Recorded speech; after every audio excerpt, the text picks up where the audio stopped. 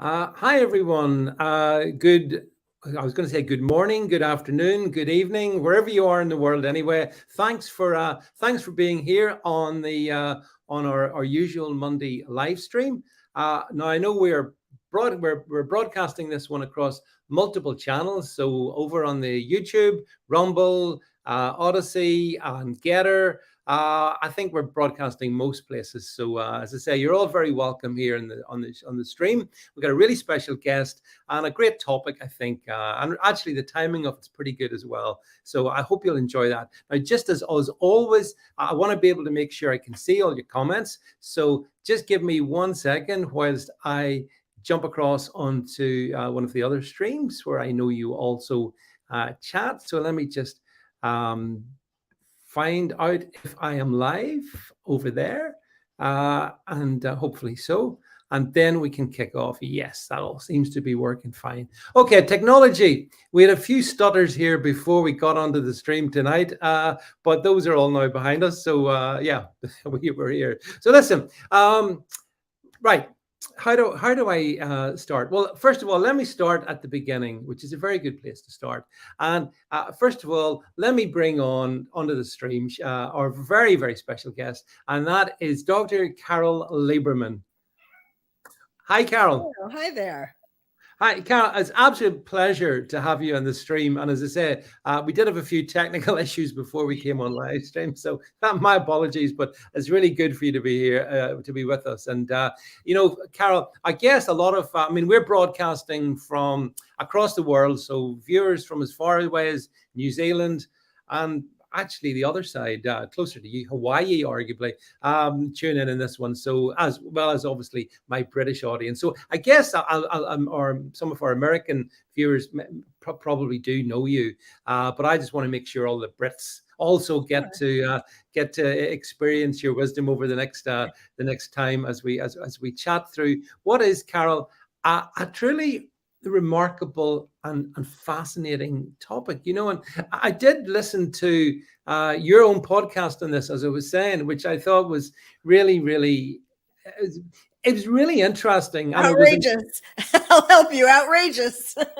No, I thought, but it's one of these stories that what I want to do is exactly what you done. I want to dissect the thing and analyze things and actually try and get some real helpful information out there to people, because superficially, the story we're going to talk about, folks, and I'm sure you all know it because you'll all have seen it in the media.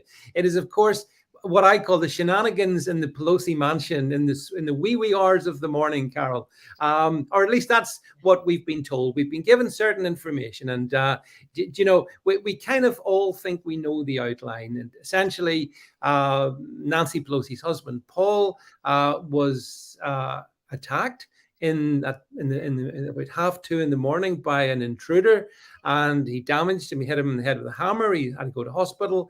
And Joe Biden and others have warned us that this is, part of the dangerous inflamed rhetoric, Carole, that infests or the body politic. And of course, as we speak tonight, Carole, we are talking on the eve of the midterms, and I do want to just sort of touch on that with you, maybe towards at the end of the show. But look, can we start off and just for beginners, can we talk about what actually happened? Okay. Or what do you think actually happened, Carole? Well, first of all, my sympathies go to Paul Pelosi for being married to Nancy all these years, regardless of what happened to him and whether he wanted any of it or not. You got to give him a lot of hugs for being married to her, staying married to her.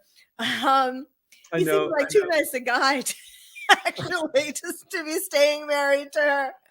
But anyway. Yeah. Well, everyone does say he is a nice guy. I heard Tucker Carlson talking about him and saying, he is apparently a nice guy. But anyway, back to you. Okay, well, here's the deal. First, why it's so important, and yes, it is particularly relevant today that we're talking about this because tomorrow is the elections. Yeah. And of course, I'll be happy to tell you what I think happened, but But the reason why this has blown up and why there is such secrecy and all these different stories coming out about what happened is because, Biden and friends, Democrats, have wanted to use this story to say how horrible MAGA people are and how we rile up people all over and get them to do such horrible things like attack somebody, an 82-year-old man with a hammer. So that is the narrative that the Democrats wanted to get from this. Now, that I don't know that is exactly what happened, because for one thing, David DePape or DePape, I don't know. Crazy name, David, let's just call him David.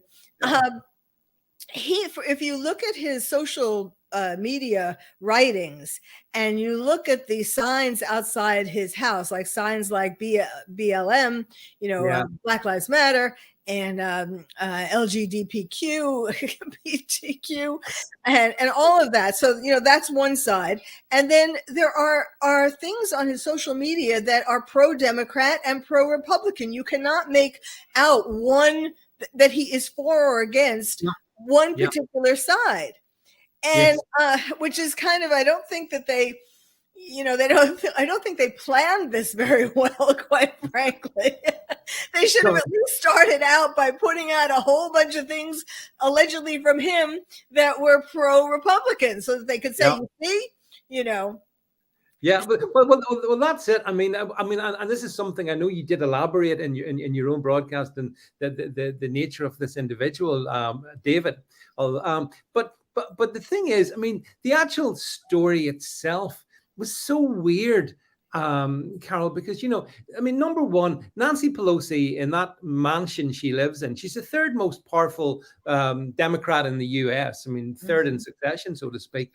So, there's no security around her house. People can just walk in. There's no cameras. Nobody. I mean, how implausible. Yes, there are lots of things that are hard to believe. That's one of the things. I mean, at the same time, a couple of days ago, the Capitol Police, and then just a little bit later, the San Francisco Police came out with this story that each of them, have the house on video, constant security camera, but nobody happened to be watching at the time that David came into the house at 2:30 in the morning to see Nancy Pelosi's husband. I mean, the chances of that happening, that nobody was watching. I mean, for the same matter, even if they weren't, I don't believe that for a minute, but even if they weren't watching, even if there was the security and they weren't watching, you're going to tell me that the glass pane, he had doors that were made out of glass panes. Yeah. And this intruder supposedly broke one of the glass or some of the glass panes to get into the house. Now, besides the fact that the glass wasn't on the inside, it was on the outside. There was no alarm connected to these doors that are made of glass. Even his neighbors have come out and said, who live in that same neighborhood, said that they all have a security system that connected to the doors and the windows and so on. So Nancy Pelosi's house didn't have that. I mean, those are just some examples of what doesn't make any sense. Yeah, I mean, I suspect this was a planned operation by the Democrats in some way. And although, as you also rightly point out, no one wants to see anyone hurt or injured, in any regard, and that includes Paul Pelosi. But as you say, some of it's so weird. Like the glass, Carole, the glass was on the outside. Now, if somebody's breaking in, that's against, Newton's laws of physics. It doesn't work that way. And yet, apparently, that is, we've all seen the images. And in fact, Carole, we've also, we will play it in a second when we talk about it, because the story seems to be that this guy, David, somehow got in. And was he invited in? Did someone open the door? How did he get in, Carole? That's the first thing. How did he get in? Did he How? Well, I mean, this is a whole other thing. The neighbors have come out with various stories. And of course, by now, I guess they've been paid off or something. But see, here, this is the thing. When it first happened, the 911 call was everywhere, all over the internet. And I listened to several examples, several sources, several sites where that 911 call was. And it very clearly, I mean, first of all, they said something about he's talking in code, which wasn't, really, I mean, I think that they said that after to sort of, well, I don't know why they thought that he was talking in code. I mean, the story was that he told the intruder that he had to go to the bathroom, and his cell phone happened to be plugged in the bathroom. What intruder would let somebody, I mean, granted, this intruder, we can talk about that in a little bit, about the intruder was mentally ill. So, but anyhow, so he called 911. Now, all of these calls, 911 audios that came out right as soon as it happened, or very soon after it happened, it showed that he was saying, his name is David and he's my friend. That's right. Now, that was the code, that he was saying he was his friend so that the intruder would calm down or something. First of all, the intruder apparently didn't do anything until the police came. And then all of a sudden they started hitting him over the head. I mean, what? Now, if that doesn't seem like it was, there's a lot of different, you can make up a whole bunch of scenarios to explain the whole thing that are better than what they're saying. Better than that, yeah. But I mean, like, so for example, if he was paid to do this by Democrats to go into the house to make it look like a break-in and have this supposed list in his pocket of other Democrats that he wanted to attack. We haven't heard who that is, but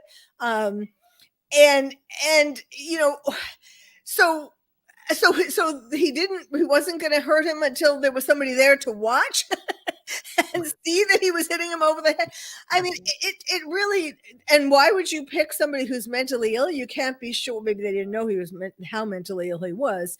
But of course, so the neighbors started off by saying that this man, David, had been to Paul Pelosi's house many times in the past. And they also said that there are other young men going and coming. I mean, he wasn't that, he was like 42, but like what the neighbors said was half Pelosi's age. That's how they put it.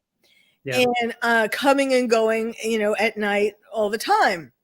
So, the idea, and of course he was, it wasn't that long ago that he was arrested for a DUI, driving under the influence. And there was a man in the whose identity was never revealed. So I don't know. I mean, I'm not saying that Paul Pelosi is gay, and even if he were gay, good for him, better than Nancy. Yeah. But I mean, again, this is one of the points that you did make in your own stream in this, Carole, that we don't. If he's gay, so fine. If he's not gay, fine. Whatever. Being married to Nancy for those many years is any man's head would arguably be turned. So it's not really about that, and we will get onto that because that's a key point as well. But by the same token, there's a certain hypocrisy here because the Democrats virtue signal their embrace for the LGBT on the one hand, and on the other hand, it's no. Paul definitely super duper 100% straight. Right. That's hypocrisy, isn't it? Yes, exactly. If it's so wonderful. I mean, Biden has been more than any other president.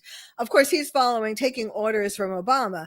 But more than any other president, Biden has tried to make the whole world LGBTQ plus trans. His whole thing is trans. Everybody has to become trans. So if it was that he was gay, just as you said, then we should be celebrating him, not, saying that, ooh, that's bad. And yes, so much hypocrisy. But it's not just, again, it's the circumstances of what was going on also, Carole, merit a little consideration. It appears that either he or David or both of them were arguably in their underpants, and at least one of them had a hammer. Now, that's not, that is an unusual scene. It's not one I even care to think out about too deeply. But I mean, it's weird. It's very, very weird. Who walks around at 2:30 in the morning in your underpants with a hammer? I don't get it. It's very, very odd. It's really, yes. Actually, I hadn't been thinking up until now about the details of what one could do. What are details? Yeah. But now I started thinking about that and I got off track. I'm sorry. You were saying it's very weird to, yes. I mean, well, I know the thing about the underwear.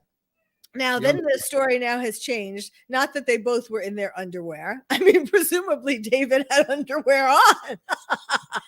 So I guess he was in his underwear. But now the story is that he had black. He was dressed like a ninja, I hadn't heard that, but is that the latest? Well, he said he was wearing black, that he was wearing all black.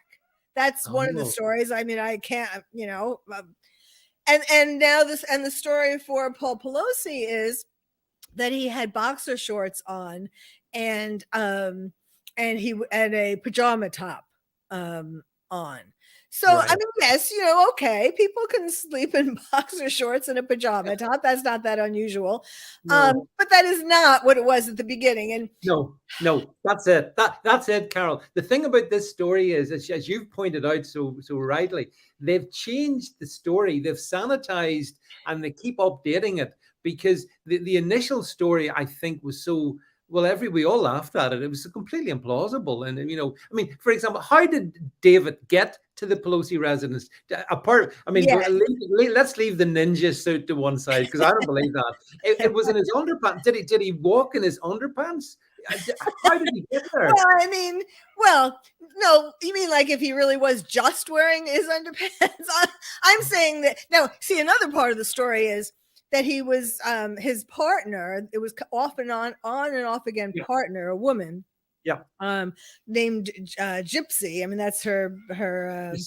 Let's see. Her name is Oksane Gypsy Taub. Gypsy. They call her Gypsy.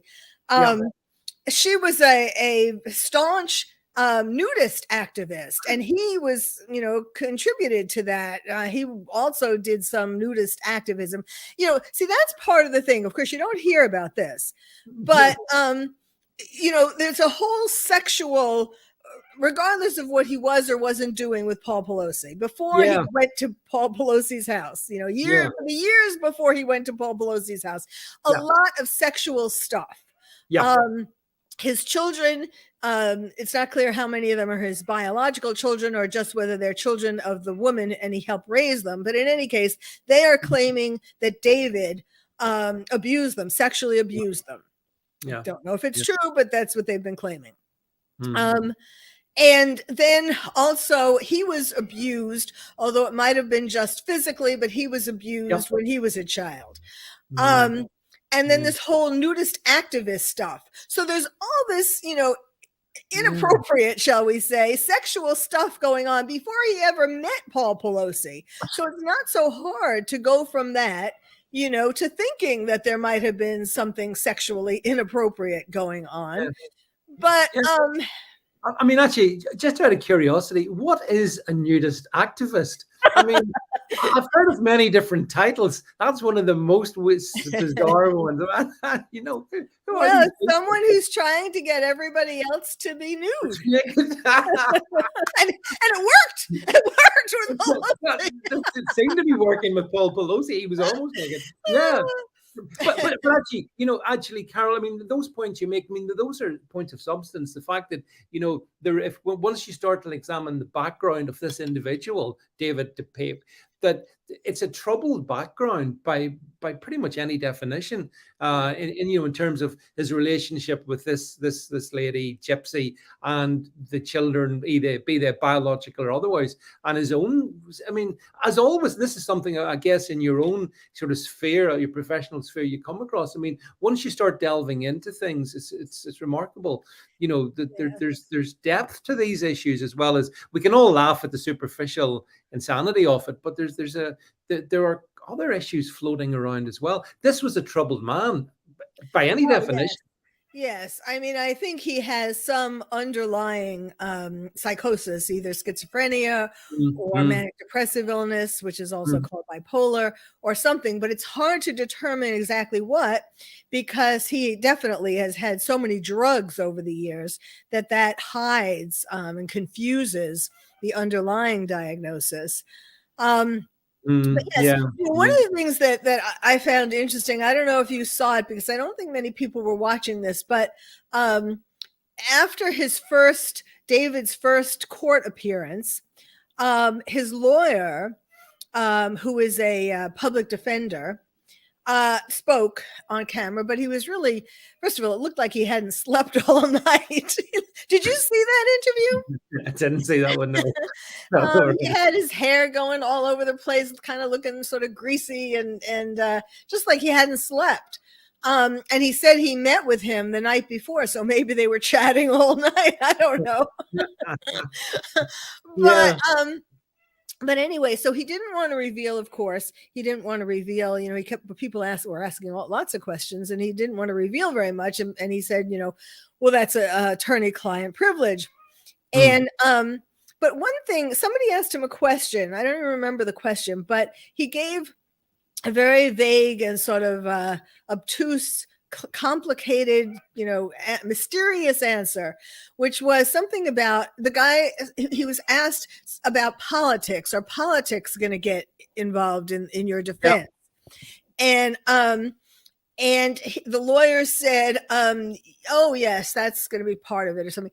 Now, I know I'm a forensic psychiatrist. I do and an expert witness. And so I testify in all these kinds of cases. I actually emailed him and offered my services to be the, expert witness for David.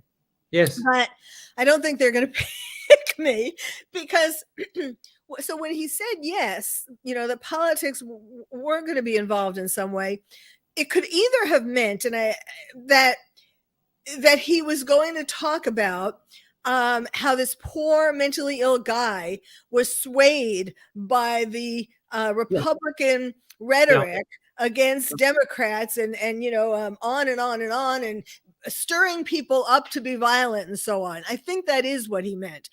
There's a small hope that I'm holding out for, that maybe he meant that he does have some mental illness, and the Democrats got to him and paid him to do this. Now, that's a very far, the more time goes by and the more we see, that seems a little far-fetched. So, and I was just reading this morning, did you read about the judge? The judge said that she worked with Nancy Pelosi's daughter on something. I didn't get into all the details, but so wouldn't that be a reason to recuse herself? I mean, we have to look into that really, because certainly we should not have a judge who worked with Nancy Pelosi's daughter being the judge of this case. Yeah, but this is San Francisco, Carole. Anything seems to normal standards do not appear to apply in this. But the guy, was certainly a troubled guy for sure. And yet I felt a bit bad for him in a way, because he's been hung out to dry, and the charges that have been leveled against him. I mean, it's like he's the worst man in America. Yes. And sure, maybe we don't. The allegation is he attacked Paul Pelosi, and that a court will determine that, of course. But I can't believe the way that he's been a man with these issues has been put under such.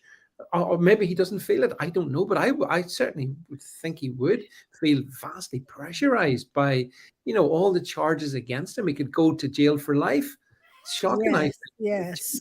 So. They really threw the book at him.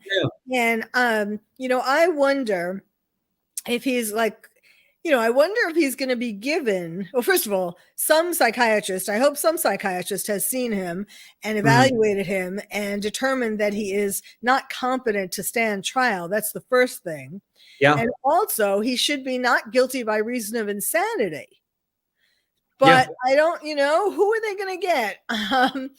Obviously, it would have to be a Democrat psychiatrist, but Yeah. and so either he's gonna, but if he is, let's just say he is given the proper psychiatric medication, and he does come to his senses, is he going to tell, what story is he going to tell? Is he going to tell the truth? Or is he going to tell some story? Or is he going to be Epstein? You know how Epstein supposedly committed suicide, conveniently committed suicide. Yeah. Yes. Yeah. Well, that's why you see the thing about the cameras, no one having paid attention to the CCTV cameras did ring a bell for me when it came to Epstein. Yeah. You know, those cameras that just accidentally didn't work during the time when he took his own life. I mean, it's there are certain echoes, Carole, between in some regards the stories. But you made a very important point, I thought, which was again focusing on David DePape. You were saying that this is clearly a mentally unwell man, and there are so many others like him in the United States. And I actually do think it's a difference between the UK and the US. It's more obvious to me that this is more overt in the US. So many mentally ill people, and they just seem to just wander around, and it's a problem. It's an issue, isn't it? It is a problem. And by the way, I lived in London for a while, and I studied at Anna Freud's clinic in Hampstead, and I did research at the Maudsley.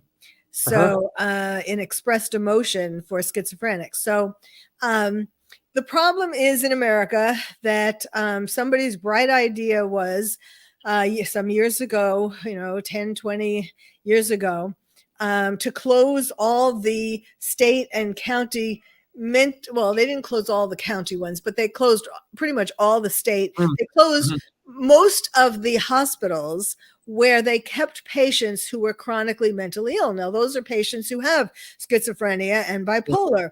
These are chronic mental illnesses. It doesn't mean that somebody can't live a life, but they can't just, nowadays what happens in America is that if somebody is brought to a hospital, a psychiatric hospital, they're kept, if they're admitted, the psychiatric hospitals, such as they are filled, are filled. They are full. And so if they even admit them, then they get to stay. There's no, a big problem is insurance. There's no money to keep them. That's the thing. In these more acute hospitals. So they stay for 3 days and then they're let out. I actually am working on a case right now where a woman was brought into a psychiatric hospital, it was like a regular hospital that had a psychiatric ward. And they kept her for like a week. She was suicidal when she came in, and they kept her for a week. They didn't do anything to fix her.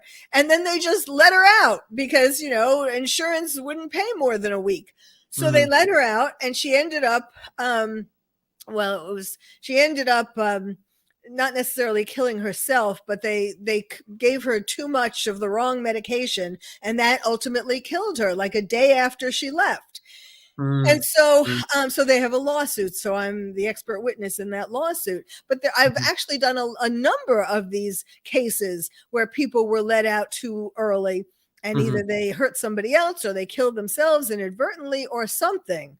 And that's what's happening. And we have to bring back these chronic, you see, the thought of that was, the plan was that to keep the people in a least restrictive environment.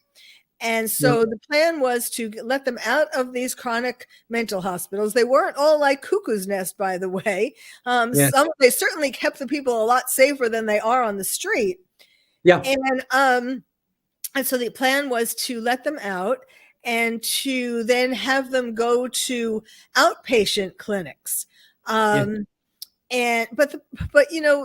With these kinds of problems, unless you have somebody that sort of supervises, or like a wife or some kind of a family member or somebody, to make sure that the person goes to their appointments and gets refills on their medication. Once their medication runs out and they stop taking it, they become psychotic again.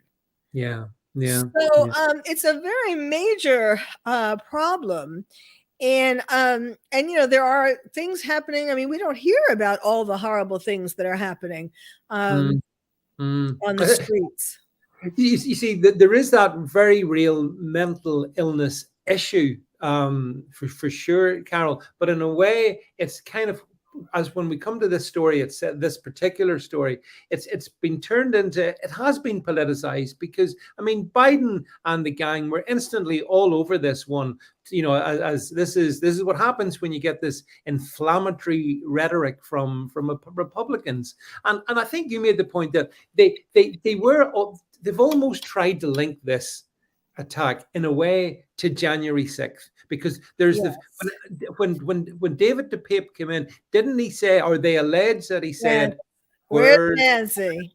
Yeah. Yes, Yeah. they're trying to combine. Yes, the where's Nancy, the hammer, the ties, the yes. Now they're saying that he said that his plan was to knee Nancy, to hit her with the hammer in the knee, and have her be taken back to Congress in a wheelchair, and then for everybody to know that she was kneed, and presumably that he did it.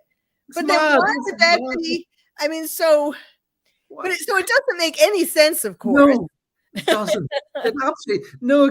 When you say that out loud, it just it is literally mad. That was but as you say, but I think, and this is where it all links in, of course, till tomorrow, which is a really important day, not just for the US, but for the world, including us here in the UK, when you guys go to the polls in the midterms. And it's almost like this event was almost being conjured up as a kind of reinforcement mechanism to trigger people to, Biden keeps telling us democracy is on the ballot box. He keeps telling us all these, all these things. It is on the ballot box.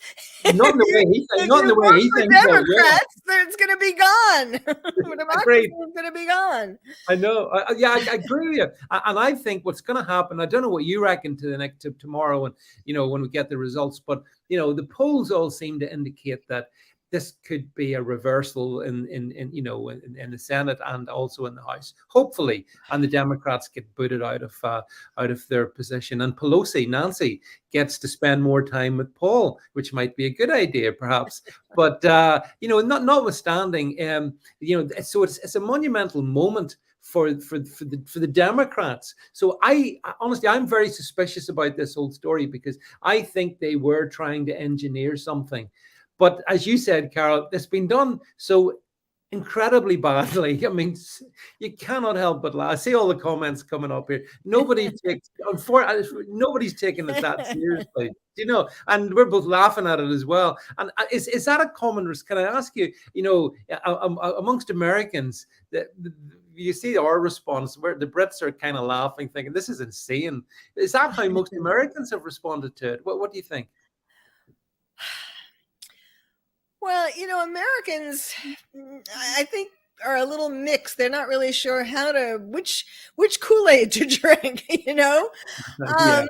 But, one of the things you mentioned about, yes, there have been reports. I mean, I read the Daily Mail every day, by the way. Yep. So there have been reports about that it's going to be a red, what do they call it? A red tide or something? A red tsunami. A red tsunami sweep the country. So that makes me a little worried to see that. And it's not just been in the Daily Mail. It's been in the New York Post too. But, it makes me worry that people are going to see that and think, well, I don't have to go out and vote. It's over. They're already going to win. So that's fine. Why do they need my vote too? So if anybody in America is listening to this who hasn't voted yet, please go out and vote. Yeah, absolutely. Well, it's a very good point you make. Actually, it is a good point out, because complacency and whatnot is always a killer for elections. So getting as many people voting in the right way to make a change tomorrow is going to be crucial. But do you not think it speaks to the desperation of the Democrats that they have been talking? They're the people typical inversion tactics. They're the people with the inflammatory rhetoric, and I think they are the people that were trying to Yes, contrive right. this, and so that Right. they could somehow ring a bell. Ring a bell to their base, which is to say, never forget January 6th, the worst Yes, insurrection in the yes, world. yes, I, yes. I, think- I do not Everything. think I mean, that was the thing. They were hoping the January 6th committee, which of course they started their meetings, to lead up to the election, they timed it to lead up to the election, and trying to drum home January 6th. That was the worst thing. I mean, it's such a lie, I mean, yes, some people went into the Capitol on January 6th. They were not sent there by Trump. I watched Trump's speech in the morning. It was that was a set, talking about setups. That was a setup. In fact, I had somebody on my show, some people who were there and who saw that it was people who were sent there by Democrats to make it a more violent kind of thing. It was supposed to be just they were supposed to be standing out there. It was they were saying it was a very loving kind of thing until these people who were the agitators who were sent there to do this kind of stuff started agitating. And I think, I mean, like, for example, on the anniversary of January 6th this past year, there were all these speeches comparing it to Pearl Harbor and 9/11 and all of that. I mean, it's just lies. It's just, what do you call it? Trying to, I can't think of the word, trying to pull the wool over people's eyes. Yeah, I mean, they're trying to gaslight. Gaslighting. There it is. That's what they're trying to do. Yeah. But the thing is, people I talk to, a lot of people say to me that they think that what should happen tomorrow will be a great win for the Republican Party. But there's a sense of fear, not just about turnout, Carole, but about cheating. Because let's face it, and I know we are broadcasting to YouTube, so we would never for 1 second claim that it was a complete cheat in 2020. Hello, YouTube. We would never do that. I think it was a very fortified election in 2020. But the thing is, Carole, if they could do it then, what's to stop them doing it tomorrow or the day after? I know. That worries me. Actually, I was just talking to somebody this morning who said that, and I never knew that this happened. Maybe it's just my ignorance, but that sometimes in LA, sometimes there are votes, instead of it being, I don't know, like in a library or some kind of a neutral sort of place, not that strange things can't happen, with pipes bursting and all that in neutral places. Yeah, that's right. Yeah. But there's also voting in people's homes. I never heard of such a thing. That certainly seems like a very risky thing, whichever party you're on. Yeah, absolutely. Yeah. But this is one of the big problems, a lot of people look to the United States with a sense of, great admiration for all the things it's achieved. But latterly, certainly I think in the last number of years, we're beginning to look upon it as, is it turning into a banana republic? Because if you cannot trust, the integrity of the electoral process, well, what have you got? Carole, what have you got? Yes, that's right. I know it is very disturbing. It is very sad. Obama was the worst president that we've ever had. And yes, as somebody wrote on your screen, it's his second presidency, his second term through manipulating. He's the puppeteer over Biden. And, another thing that I do is I'm the terrorist therapist. And, I help people cope with the memories of 9/11, which is still affecting us, and also to try to prepare people for the ongoing threat of terrorism, which there certainly is. And I've written two books. Actually, I was going to say I've written 2 books about terrorism. So on one of them was published in the UK in London, and it was for the 1-year anniversary of your 9/11, 7/7. Yeah. 7/7, So yeah. it came out in 2006, 7/7, 2006. Anyway, so I've been, since 9/11, I have been very much involved with terrorism. I do a podcast, the Terrorist Therapist Show, and so on. And so when Obama was in office, I was, very paying attention to what he was doing and not doing and so on in regard to making it much easier for terrorists to come into the States and of course he's continuing now, with Biden, it's like 100 times worse. And now that Obama is operating behind the scenes, he's allowing himself to make it that much worse and let them blame Biden, kind of thing. And so it's really, really putting our country in danger, and in so many different ways. And yes, it's an embarrassment. I mean, it's kind of like we've become a Saturday Night Live skit, but it's like reality,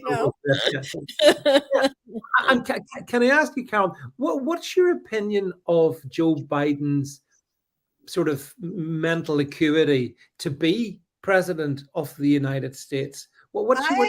I have been talking about this till I'm blue in the face. I started when he was running for president, when he was in the basement running for president, because I was mentioning that I work as a forensic psychiatrist, so I have a number of cases where somebody's competency is at issue. Like, let's say someone writes a will and then they die, or they're still alive, but their children are arguing over what the will says, And so one of the ones, the child who was not included in the will, questions the competency of their parent to see. So that's an example of the kinds of cases.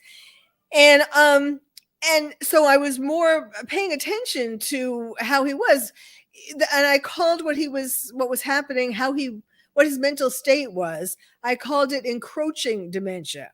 And since he was in his basement running for president, it has been encroaching ever more. And now you certainly don't have to be a psychiatrist to see, that he really, he's very confused. He has dementia. End of story. And people are allowing him to still be president. It's absurd. And his wife is still allowing him to be president, not taking him to a doctor. But instead, bringing him to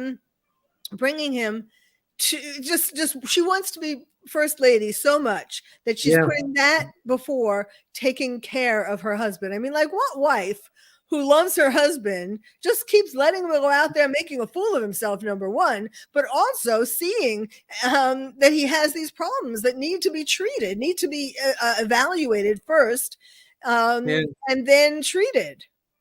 Well, you're absolutely right. And I have to say, my own mother, she got Alzheimer's in the last years of her life, and I like many people, so I've lived through what that's like, and you see the symptoms, Carole. It's so obvious. I see so many of the things that were the symptoms that she had in Biden, but the difference is, she wasn't president of the United States. She didn't have, her finger on the nuclear button. I mean, she wasn't making decisions that influence, hundreds of millions of, well, actually more than that, around the world. So it's like, surely people can see that there's a genuine issue. It almost seems cruel to have this man in the White House. Yes. And why they haven't called for the 25th Amendment. I mean, I've been saying that, and especially now that he got COVID, because that would have been, or still is in a way, a great excuse. Like, it's a way to move him out with the 25th Amendment graciously, like not saying, hey, Joe, you have dementia. But saying, COVID with the brain fog and long dementia that it's likely that he has. That would have been the gracious way of getting him out. And yet nobody is doing anything. It's just, It's very, very frustrating. And yes, Yeah. and especially now with Putin, you know, threatening, and he's not just threatening. People are not taking Putin seriously enough, and they really should. And Biden just says these things that inflame Putin more.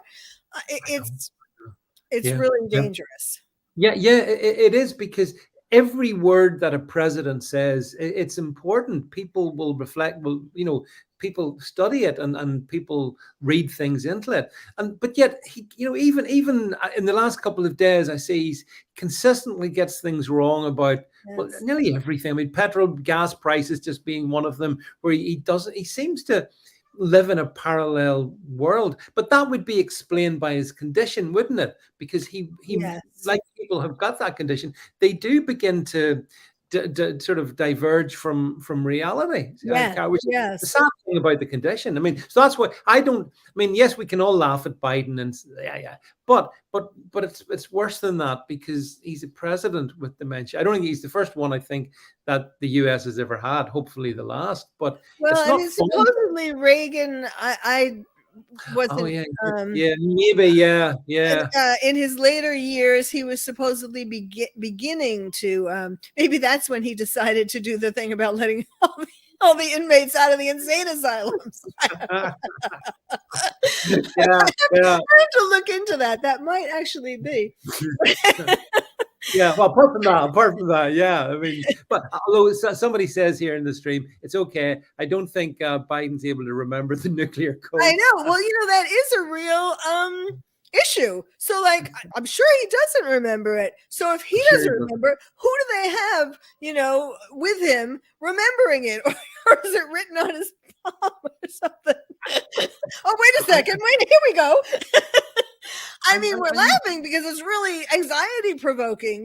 This is really very scary. Yes.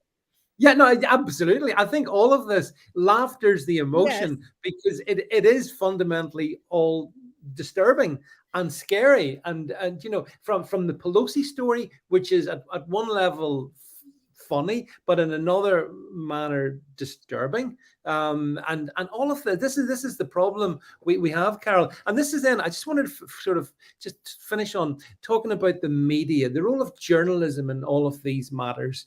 I mean, where have the journalists all gone to, Carole? Because I don't see too many journalists anymore. Yes, I know. Journalism used to be this proud thing where, well, like I talked about on my show, that I was making a blatant, I wasn't necessarily giving equal share to both sides, but I was saying that was what I was doing, not pretending that I was giving equal. But NBC, there's a whole brouhaha, not loud enough anymore, but NBC did a show where one of the reporters did bring up these questions, like what we were talking about, the glass and how did he get in and all these different things. And then they got attacked for that. And so they took it off and they made some excuse. They said it didn't live up to the standards of NBC, but they never answered the question. All of these questions that still haven't been answered. Yeah. It's a bit like, I actually did go and look at the BBC, the British Broadcasting Corporation's coverage of the Pelosi story, and it's absolutely shocking, because they're taking the narrative, and then they're saying anybody who challenges anything, it's far right conspiracy theorists. This is the BBC is very biased broadcasters, as bad as CNN. But there was a time when journalists would have found stories like these fascinating, and okay, let's dig in, let's see what we find. But they don't do that, do they?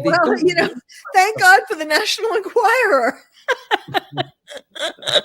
Yeah, well, but journalism has just gone so missing at a time when arguably, Carole, we never needed it more. Yes, and I think you referenced in your broadcast the fact that journalists now, I mean, the public, I think the only people that the general public treat with more contempt than journalists is politicians. Now that's probably rightly so, but I mean, journalism has lost all its kudos, and they've done it to themselves by just looking the other way and not asking the questions that we've even chatted about tonight.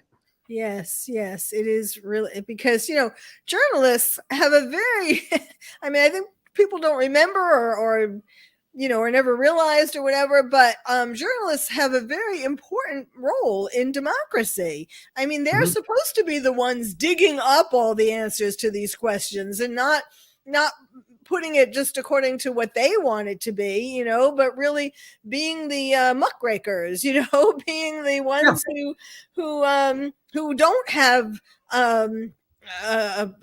something in the game, and Yeah. or even if obviously everybody has opinions, but to be able to overcome these opinions and at least put in something from the other side.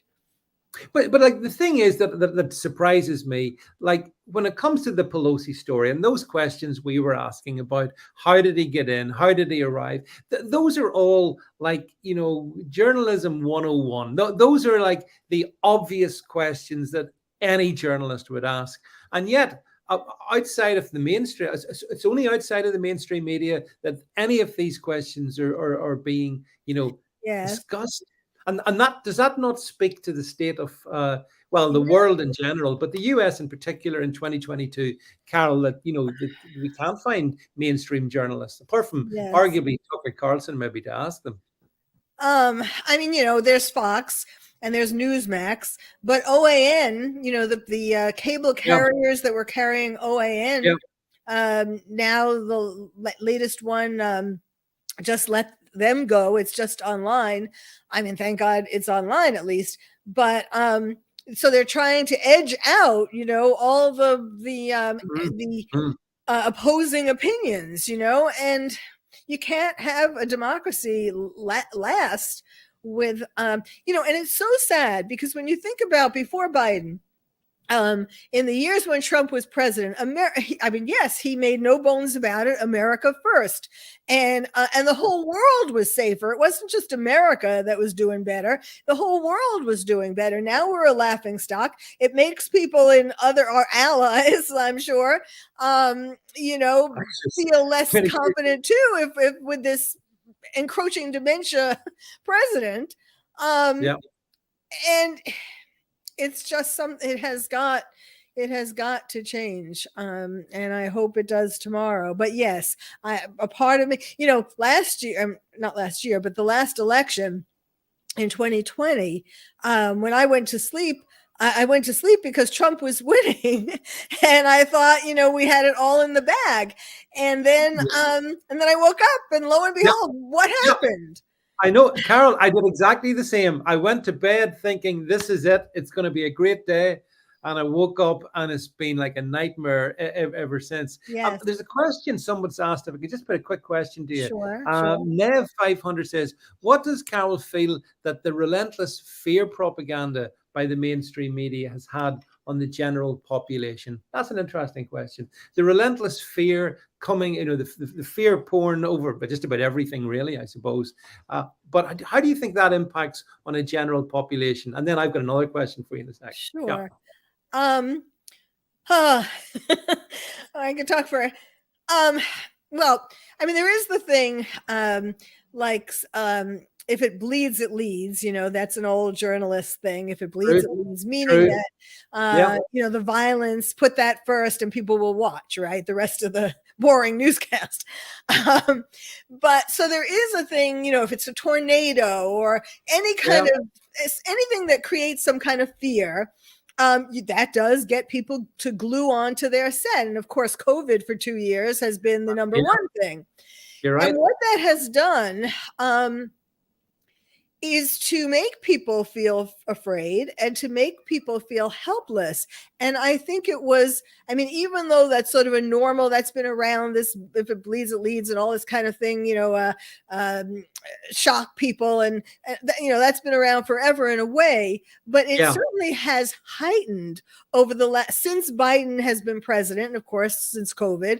But, and the point of that is, to get a population to feel so helpless, scared and helpless and in their homes, that they won't come out and fight against what we're trying to do, which is the left socialism. That's what's happening here. The left is manipulating. I mean, I must say, it seems to have come out of nowhere, but really this has been happening. It has to have been happening for years and years and years, certainly during Obama's reign. I mean, I guess it started at least back then.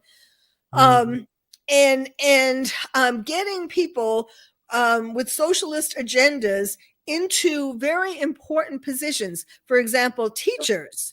I mean, not just politicians, of course, but teachers. Imbuing things in little kids that I mean, that's the whole trans thing, the whole taking away people's identity, taking away their memories of what America was, changing literally changing the history books, all of these things, and getting generation upon generation upon generation, all these different ways. I mean, even with COVID and making lockdowns, getting people to have financial problems now, of course, with more financial problems, so that they are dependent upon the government for handouts, which is socialism. I mean, it's been orchestrated. You couldn't have orchestrated it any better, It's the sad part is that we're sort of realizing it a little late in the story, not to say that we can't still do something about it, but we have to work extra hard. Before we go, there's one story I couldn't resist running this one past you. You may have seen over on Twitter with Elon Musk's changes over there that two US personalities I see have run into issues, and they may require psychiatric help. One of them is Kathy Griffin, who had her account suspended and then permanently banned by Elon Musk for impersonation. And then I also see today that Whoopi Goldberg has also said she's done with Twitter now. And it's interesting because these personalities have spent an awful lot of their time invested on social media. And do you think they'll be able to cope without the buzz of being at the center of a left-wing Twitter? Well, there are other, social media platforms. I mean, even I was a little shocked to see that Jack, from Twitter is now planning on doing his own. I would have thought, Elon Musk is a brilliant man. And I would have thought that he would have put something in the contract that says that he couldn't compete, a non-compete clause. So I don't know what's up with that, but there are, Facebook, for example, that's horribly, I'm really disappointed in horribly left. They can do that, or Instagram. I don't really know what Instagram, even LinkedIn. I was suspended from LinkedIn for writing stuff about vaccines. And I mean, LinkedIn, that's I don't know how familiar, I'm familiar with it. Yeah. But it's such a nerdy, it's more, I don't want to say nerdy. I mean, I'm on it. I first I tweet and then I do the same thing on LinkedIn, but it's a more serious sort of professional kind of platform. It is, yeah. And LinkedIn took down it's so like Twitter and LinkedIn and various platforms. How dare they say that, take down a doctor's, opinions about some kind of illness, like about vaccines or whatever, which of course are turning out to be, very much true. Yes. Yep. And where do they have the education or the experience to say that they know better? So yes, it's very frustrating, but I'm happy that Elon Musk, I don't know, I wonder if, I think some of these stars or so-called influencers think that they have more influence than they really do. Yeah, I agree. Other influencers that people can while away the hours with on Twitter. Yeah. Do you think social media is an addiction? Yeah, I'll tell you the truth. I get up every morning. I want to, I used to talk a lot about, all kinds of things happening in the world, but including like Hollywood and people getting divorced. And in fact, I had a column first in the National Examiner, and then I was promoted to the National Enquirer, like Hollywood on the Couch, things about Hollywood. And my point was to to teach, if you're interested in something because celebrities are doing it, then you'll learn things for yourself, like about divorce or addiction or whatever it is. But for years now, maybe since Obama, I've been much more concerned with helping the United States, helping save America, make America great again, or make America, a democracy again. And so, so what I do is every morning, first thing I do is to I look in the New York Post and I look in the Daily Mail, and then I go to Breitbart, but primarily I stick with New York Post and Daily Mail, and I find which story gets me the most irate, and then I post that and my opinions about it on Twitter, and then on LinkedIn. So if you want to call it addiction, I guess, but it makes me feel good to know that right off the bat, I'm helping people see something for what it is. Like I did something the other day about the Middle East and China buying up farmland in America, for example. Yes, absolutely. Along with Bill Gates, I think Bill Gates has bought the remaining farmland in America. It's been wonderful chatting to you, Carole. I can see we've gone through our allocated time. Can I just say I can see all the comments on the streams. Look, thanks. I think everyone appreciates all your wisdom this evening, and thank you so much for taking time out on your very busy schedule to spend with myself and my audience. Carole, it's deeply appreciated. And just to remind everybody, if we can just bring up on the screen again some of Carole's books. I think we have them sitting there. There we go. You can buy different books from Carole there. Bad Boys, Bad Girls. There's the coping with terrorism is the one that I said was the 1 year anniversary edition of 7/7. And then I also have a website, terroristtherapist.com, which has some of my latest book, Lions and Tigers and Terrorists. Oh my. Okay, so check out those all those places with Carole. Carole, as I say, you've been a star. Really appreciate you being here this evening. Thanks everybody thanks everyone for tuning in, and we will return later in the week. That's it from myself and Carole for this evening. Bye everybody. Thank you.